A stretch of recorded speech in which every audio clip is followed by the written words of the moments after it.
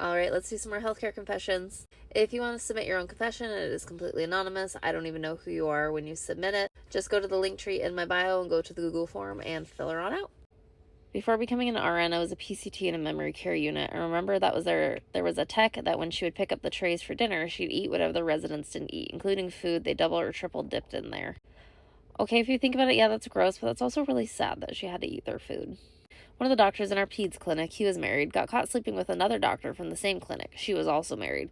They got caught because the ER nurse he was also sleeping with ratted them out. All three were fired. It's what happens when you dip your toe in the company pond. As an emergency department tech, I've slept with 2 of our PAs. So long as nobody's married, you're good.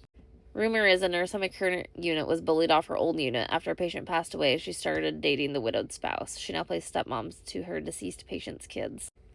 Yeah, that's a little weird, but as long as nothing was going on before he was dead, then oh. I was working on a cardiac unit. I kept getting a call from the monitor room to check the patient. When they would call me, she would call me too, and every time I went in, she had messed the bed. She was total care. Now, putting it together, until I got a call that her heart rate was high again, I rushed to find her handling herself. I figured out that when she peaked, her heart rate would raise and she'd poop the bed during her release. She also had C. diff. I told her she needed to stop. I'm not paid enough and she's not home. Oh, what is with people handling themselves while they're in the hospital? Can't you just heal? I work in a med-surg unit. This patient was a really hard stick. The other nurse on the unit left the supplies on the counter to go grab someone else to try, and by the time she was gone, the patient grabbed the supplies and set up the entire IV through his big toe and flushed it and everything. That's pretty innovative. You know, a lot of the drug seekers who are like super hard stick, I just want to give them the IV and be like, dude, hit your good vein because I can't.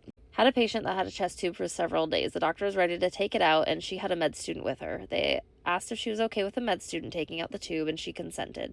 The med student jerked the tube, resulting in her lung collapsing again, and I'd assist with an emergency bedside chest tube unmedicated.